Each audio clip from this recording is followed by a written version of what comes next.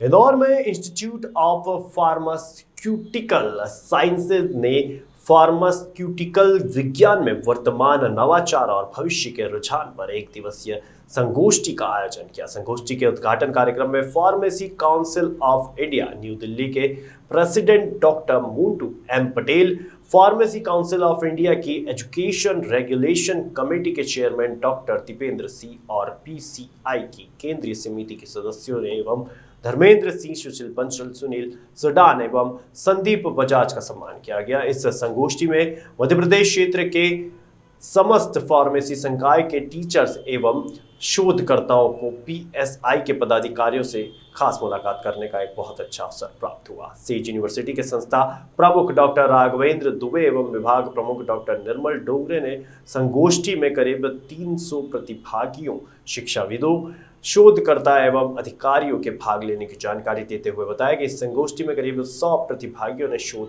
पत्र प्रस्तुत किया। विश्वविद्यालय के उप कुलाधिपति डॉक्टर प्रशांत जैन ने आयोजकों को सफलता की शुभकामनाएं दी।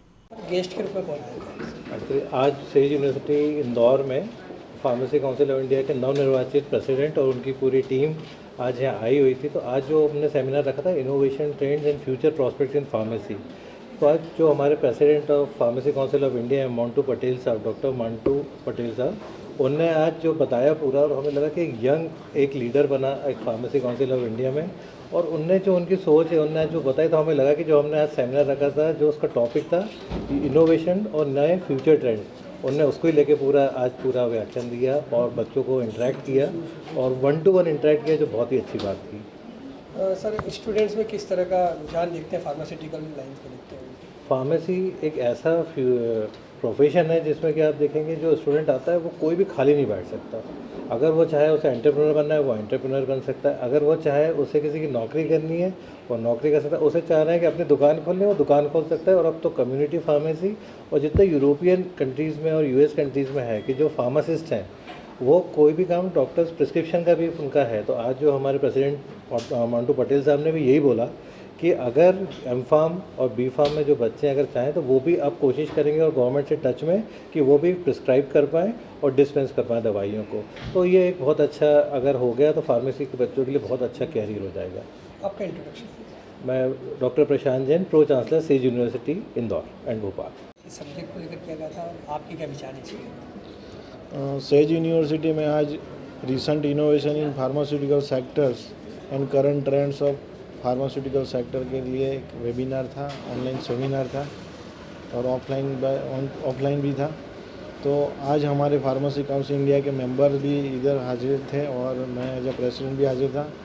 तो अभी जो फार्मास्यूटिकल सेक्टर में रिसेंट ट्रेंड्स है, जैसे मेडिकल डिवाइस का रोल हो गया, फिर बहुत सारे जो फार्मडी ग्रेजुएट हैं उनका फार्माको विजिलेंस में रोल हो गया, और बहुत सारे जो कोरोना पेंडेमिक में हमने दवाई इंपोर्ट की, बहुत सारे मेडिकल डिवाइस इंपोर्ट किए, वो कैसे इंडिया में बनाए जाते हैं, कैसे उसको उत्पादन इधर हो जाए, मेक इन इंडिया का कॉन्सेप्ट अपने आदरणीय प्रधानमंत्री जी का उद्देश्य को सिद्ध किया जाए, उसके लिए आज का प्रोग्राम था। सर, फार्मेसी सेक्टर को लेकर क्या सोचते हैं, आगामी समय में किस तरह से ग्रोथ देख रहे हैं इसमें? फार्मास्यूटिकल सेक्टर का ऑलरेडी 2 डिजिट में ग्रोथ है और अन्य किसी सेक्टर का इतना ग्रोथ नहीं है।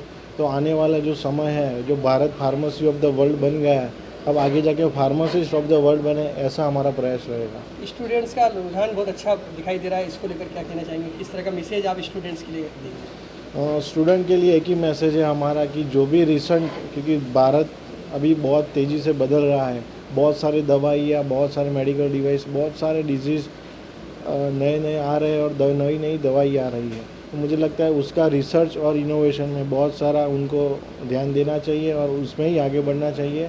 और बहुत सारी फार्मास्यूटिकल इंडस्ट्री भी इधर सेटअप कर रही है, बहुत सारे फॉरेन का फंड भी इंडिया में आ रहा है, तो उसमें भी हमको ध्यान देना चाहिए। कोरोना की 4th वेव दस्तक दे रही है, क्या कहना चाहेंगे, किस तरह से बचाव के लिए हमें आगे आना होगा? फार्मास्यूटिकल सेक्टर की बात करें तो फार्मासिस्ट का एक अहम रोल रहा है फर्स्ट वेव, सेकंड वेव और थर्ड वेव में।